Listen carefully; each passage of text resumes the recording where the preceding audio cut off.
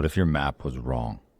What if the island on the horizon, the one you've been rowing towards, with arching arms and salt-dried mouth, wasn't land at all, but something alive and something waiting? Welcome to the episode on Viking sea monsters, from Kraken to the island that swallowed men whole. In this episode, we dive into the darkest corners of Norse seafaring myth, where the ocean wasn't just dangerous, it was alive. Where sailors feared not just storms, but what waited beneath the surface. Monsters older than memory, too big for drawings, and too terrifying for names. Yes, we'll get to the Kraken, the tentacled terror, the one you've seen in books and movies and myths. But first, you'll meet the creature that came before. The false island, the mouth in the sea, the beast the Vikings whispered about when the waves were too still, the one they called Hafgufa. Most people think sea monsters are just sailor stories, things they made up because they didn't have science. But the Vikings were smarter than that. They used these stories like maps, not just to avoid danger, but to remember it, to pass it down, to survive it. In this episode, we'll follow a crew that rows towards what they believed is shelter, only to find themselves caught in the jaws of something far worse. Then, we'll pull back and explore the real sea monster myths of the Viking world. The snake that lay at the bottom of the ocean. The island that wasn't. I'll show you how these stories evolved and how the Kraken, centuries later, rose out of the Norse waters to become the sea's most famous nightmare. And finally, we'll bring it home to you. Because even if you're not sailing in the North Atlantic, you felt it. That rising panic, the moment when things you trusted turned on you, that creeping sense that something big is about to pull you under. The Vikings had a name for that, and they faced it head on. By the end of this episode, so will you. The longship rocked like a cradle on a windless bed of the sea. Not a breath stirred, no gulls cried, only the creak of wood swollen with salt and the quiet drip of the ocean sweat from the oars now resting. Eric leaned over the edge, his fingers brushing the water like he hoped it might speak. He was 12, maybe 13, still soft in the face, but salt-worn in the eyes. The boy of a dead fisherman, taken in by Skari and the crew like a stray kitten. And there it was, a shape beneath the fog, dark, wide, still. Not moving, not surging, simply there in the middle of nowhere. "An island," said Thorlok, or maybe Gunni. A blessing," someone else muttered. "Shelter," another agreed, voice half drowned in sleep. Eric squinted. He saw black stones, or so he thought. Pale gulls circled lazily, painting white loops in the stillness. A few vines of seaweed danced atop the waves, and the smell, wet kelp and brine. Yes, but there was something else, something like eggs gone sour. Old Skari, beard like frost and eyes like milk turned, spat into the sea. "This place, it feels wrong." Nobody answered because they were already rowing. Oars dripped like tired prayers. The ship crept towards the shape. The rock-slick ridge curved out of the water, gentle like the spine of a sleeping whale. Seaweed hung from it like hair. No movement, no sound, just quiet as the grave. "Easy now," said Thorlok. "We'll tie up just there. See that outcropping?" The men stood. Ropes were fetched. The bow turned. A light wind began to hum, just enough to flutter Eric's tunic. And then, a shudder. Tiny at first, like a heartbeat. Then another, stronger. The water began to tremble. Gulls screamed and rose. The ship rocked sideways. Oars hit the water with hollow thuds. What was that? The seaweed slid, not drifted, slid across the black stone. The rocks tilted. What Eric had thought was the ledge was an islet. Then the sea inhaled, not storm, not wind, just a pull. Deep, monstrous, steady. A low groan echoed up from the sea's belly. Wood began to snap, the ship jolted, a barrel rolled and burst. "Back!" Skari roared. But the current was teeth now. The prow tipped. The sea beneath the island had opened. Not a crevice, not a whirlpool. A mouth. Rows of barnacle, cloaked ridges, black as void. The throat wide as a fjord. The breath from beneath, hot, fetid, and ancient, rushing upward like the sea was alive and hungry. Men screamed. Ropes flew. The sea pulled like it had names to swallow. Eric grabbed the mast and clung as the world tilted. He saw Thorlock slip, boots gone, arms out screaming until the foam ate him. The mouth widened, and somewhere in the black of it, an eye opened. Not like a man's, not even like a beast's, flat, endless, reflecting the sky, the ship, and the terror of every soul aboard. And then, just as suddenly, it stopped. The pulse ceased, the water settled, the mouth closed. The island was an island again. Gulls returned, circling. The fog thickened again, as if ashamed of what it had revealed. Skari was the first to speak, his voice little more than a scratch in his throat. That was no island. The crew sat or stood, not knowing what to do. A rope drifted across the deck like a snake trying to remember how to slither. Someone vomited, someone else prayed. Eric didn't speak. He didn't cry. He only stared, his hands still tight around the mast, his mouth dry. Because in that moment he understood what the sea really was. Not water, not home, not a path to glory. A place with a mind of its own. And sometimes, a mouth. The Vikings were not fools. They were not just raiders with beards and axes, roaring into battle for gold, glory, and silver. They were seafarers, navigators, survivors of some of the harshest, most unpredictable waters on Earth. And when you spent your life on the sea, without a motor, without radar, without GPS, you start to notice things, strange things. You see fog that moves like it's alive. You hear splashes too loud for any fish. You wake up in the middle of the night because the waves suddenly stopped. And that silence is worse than any storm. The Vikings didn't just sail through these mysteries. They named them. They told stories of what might be beneath. One of those stories spoke of a great serpent. One so massive it stretched across the sea, wrapped around the world like a living fence.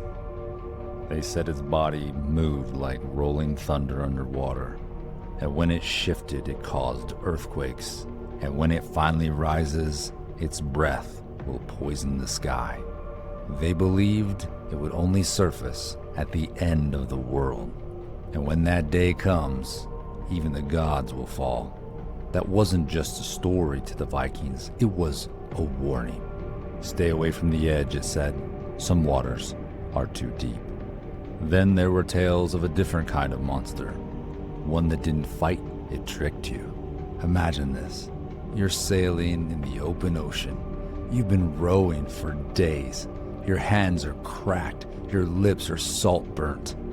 And then hope. You see what looks like land.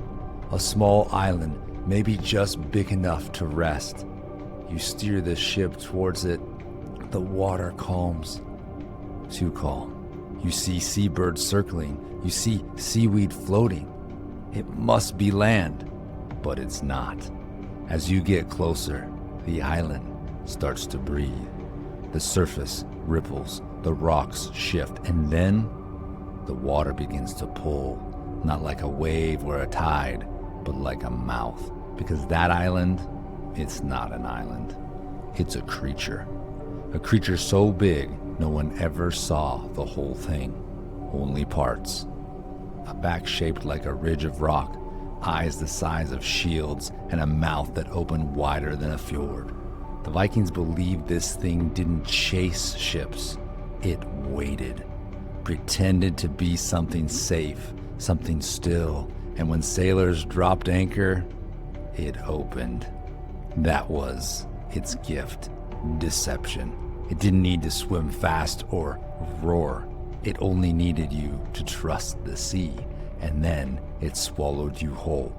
And yes, these stories were terrifying, but they were also very practical, because the Vikings used monster stories like maps. Let's say there's a stretch of sea where current pulls harder than they should, or a strange fog appears no matter the season, or birds vanish. They didn't just say, "The weather's weird." They said, "That's where the serpent sleeps," or "That's the false island's hunting ground."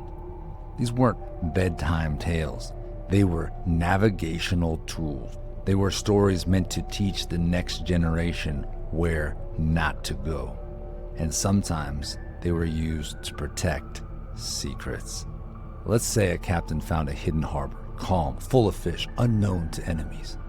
He didn't want anyone else finding it, so he'd return to the village and say, "We lost 3 men to the sea, saw the eye, the false island, it almost took us.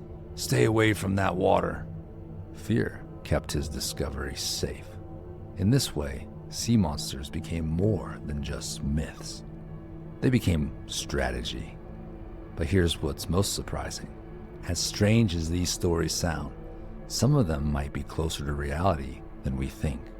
Modern scientists have discovered that the ocean really does hide massive creatures. Squid larger than a school bus, whales the size of small islands, and yes, currents that can pull you under so fast it's like something grabbing your ship.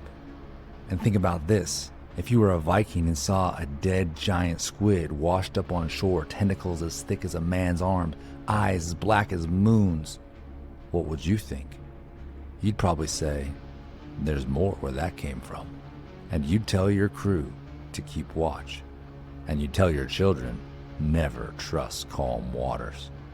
So while you might call these stories myths, for the Vikings, they were memories, they were warnings, and they were truths shaped like monsters. And if you were wondering, hold on a second, isn't that starting to sound like the Kraken? Yes, exactly.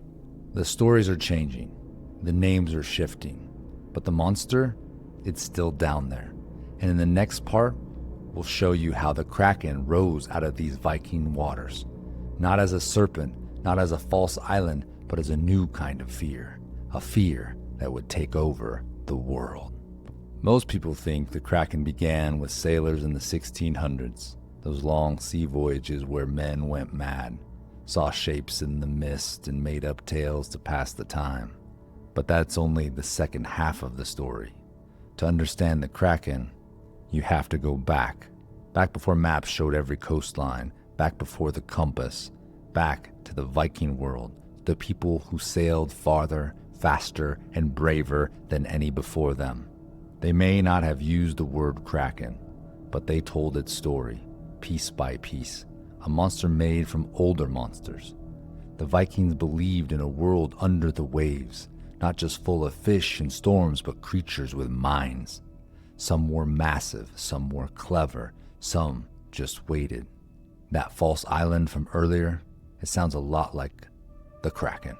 A creature that doesn't just chase you, it lets you come to it. But here's the twist. Over time, these stories didn't just fade, they evolved. The old Viking sagas were passed down, told again and again in Iceland, Norway, Greenland. And as new sailors explored, especially in the 13th, 14th, and 15th centuries, they added to the legends.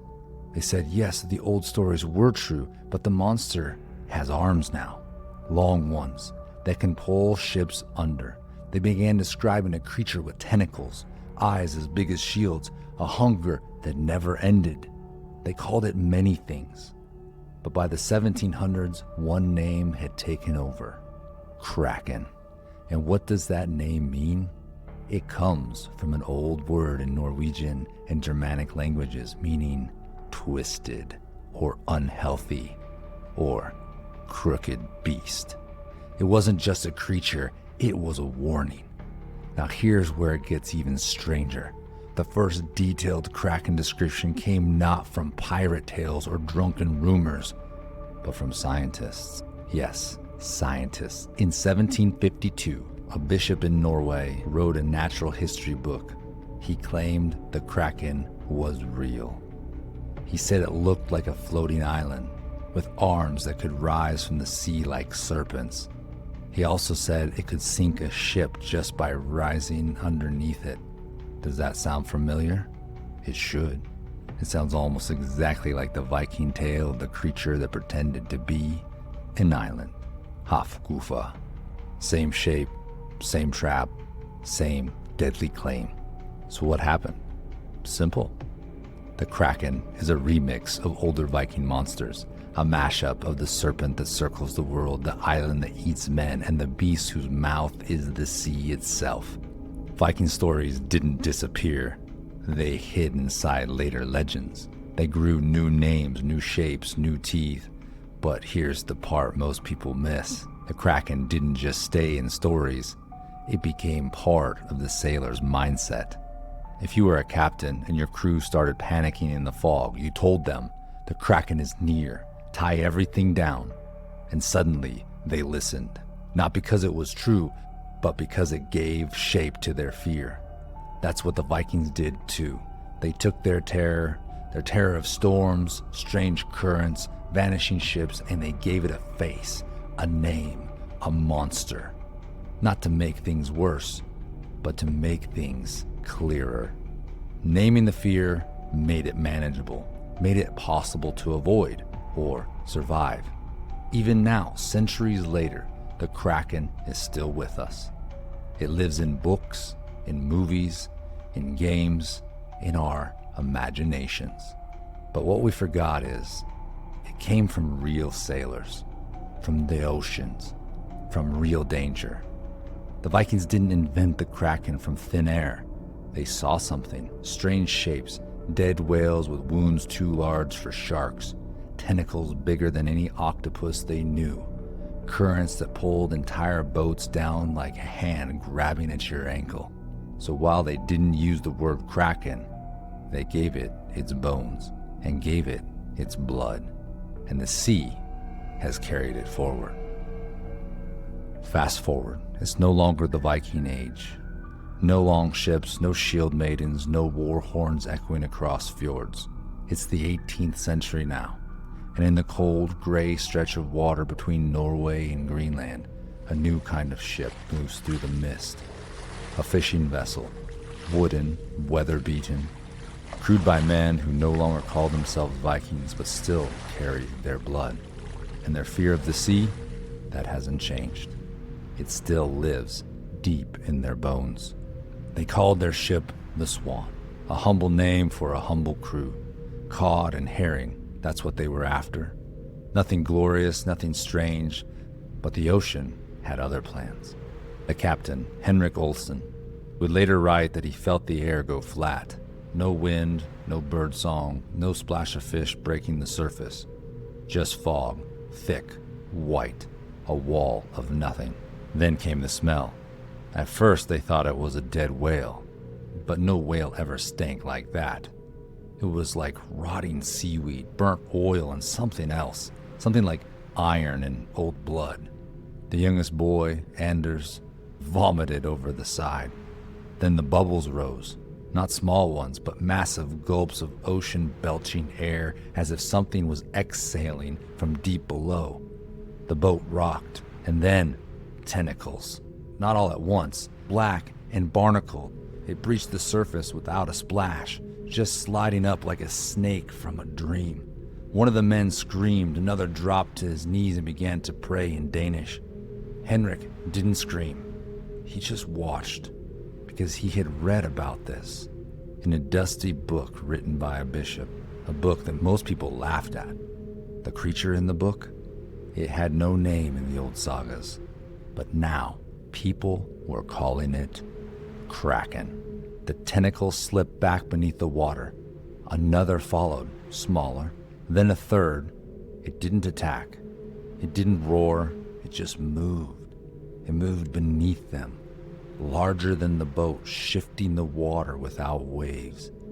Henrik would later write that the sea tipped slightly, as though the swan was no longer on water, but balancing on something, rising. That was when the fish began to jump, thousands of them leaping from the sea like they were trying to flee into the sky. Silver bodies slapping against the deck. Anders fell, screaming, his face cut by a flying mackerel. Then the sea boiled, not from heat, but from chaos, water surging outward, not from wind, but from force.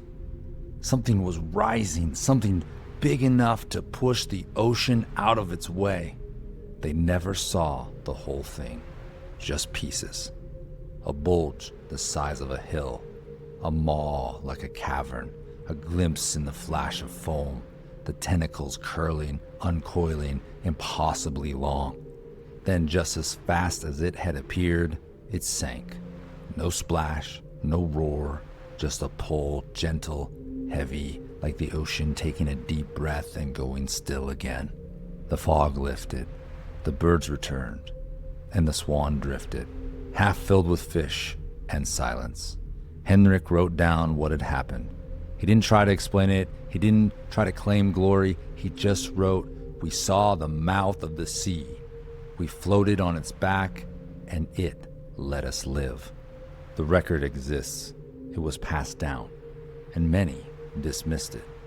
But some, especially those who've worked the same waters, nod slowly when they hear the tale, because they've felt it too. The cold silence, the breath from below, the feeling that something massive is just beneath the surface, not chasing you, just watching. Let's take a step back. We've traveled with Vikings across the ice blue sea. We've watched a false island open its jaws. We've stood on the deck of a fog-wrapped fishing boat while something ancient brushes against the hull. And we've heard the name of the serpent, the swallower, the hidden mouth, the kraken. And now, let's ask the bigger question. Why do these monsters still matter? Because deep down, we still believe in them. No, maybe not as tentacled beasts waiting just offshore. But the fear, the feeling, the truth beneath the surface, that's never left. The Vikings were teaching us something, and not just about the sea. They knew that the world was full of dangers that pretended to be safe. The false island, the calm fog, the moment just before it pulled you under. It's not always the storm you should fear, it's the silence, the easy path, the harbor that promises rest but hides a trap. We've all rode towards something like that, like a blessing only to find out it had teeth. A job, a relationship, an idea, a system, a secret. It looked still, it looked solid, and then it opened its mouth. And so what did the Vikings do? Well, they didn't give up. They didn't stop sailing. They just simply named the monster. They said, "That's the serpent that waits at the edge of the world. That's the beast that hides as an island. That is the Kraken." Not to glorify it, but to remind each other, you're not crazy. You feel the fear. That's not weakness. That's your instinct recognizing danger before your brain can explain it. The monster is real. And sometimes the smartest thing you can do is row away. But sometimes you row through it. Sometimes, like young Henrik, you don't get a choice. The creature rises and you face it. And if you survive, you carry the story. That's how monsters become maps. Because naming your fear doesn't just protect you, it guides others. It says, "This place is not safe. I've been there. Let me tell you what it looks like." And that's something we still don't do enough today. We act like we're the first to feel this afraid, the first to be swallowed by grief or anxiety or betrayal. But we're not. The Vikings felt it, The sailors in the 1700s felt it. And the truth is, we feel it too. The sea may have changed, but the monster is still there. Sometimes it's a voice in your head telling you you're not enough. Sometimes it's pressure to keep rowing when you know something is off. Sometimes it's the moment you realize the thing you trusted is about to break you. And yet somehow we're still afloat. And maybe that's the real miracle. Not that the sea was kind, not that the creature slept, but that we're still here, still rowing, still naming the monsters for others to see. So the next time you feel like you're sailing into something unknown, remember Hafgufa. Remember the serpent. Remember the quiet-eyed Kraken beneath the fog. They don't always come to crush you. Sometimes they rise just to see if you notice. Sometimes they let you live so you'll tell the tale. And now you know the story. So what do we make of it all? A sea monster that pretended to be an island. The serpent said to strangle the world. A kraken that rose without roaring, nearly swallowing an entire crew. We've crossed 1,000 years of fear and folklore, and myth turned memory, and memory turned map. But this was never just about the sea monster. This was about something deeper. Something that the Vikings taught us, that monsters don't always charge at you with claws and teeth. Sometimes they wait. Sometimes they wear a mask of comfort. They look like calm water, safe ground, and they let you get close. And that's what makes them so dangerous. But they also taught us this. When you name the monster, you take away its power. You see it clearly, you learn where it hides, you pass the knowledge on. And maybe that's what you needed today. Not a story about tentacles and false islands, but a reminder that fear is real and survivable. You're not weak for feeling it. You're not broken because something tried to swallow you. You're still here. You've lived. And that means you carry a story someone else needs to hear. So go speak it. Name the monster, row through the fog, and when you reach the shore, tell the tale. If this story stirred something in you, share it. Send it to a friend who's facing foggy waters. Tag someone who's rowing through something unseen. And leave us a review. Leave a review so that others can find us through the fog, and find us on their voyage. And if you've got a story, a moment where the sea shifted and something stared back, I want to hear it. Send it to me. VikingLegacyandLore@gmail.com, or leave it in the comments. Look, the monsters may sleep, but the sea always remembers, and so do we. Thank you for joining us on this episode. Till next time, be bold, be strong, and awaken the Viking in you.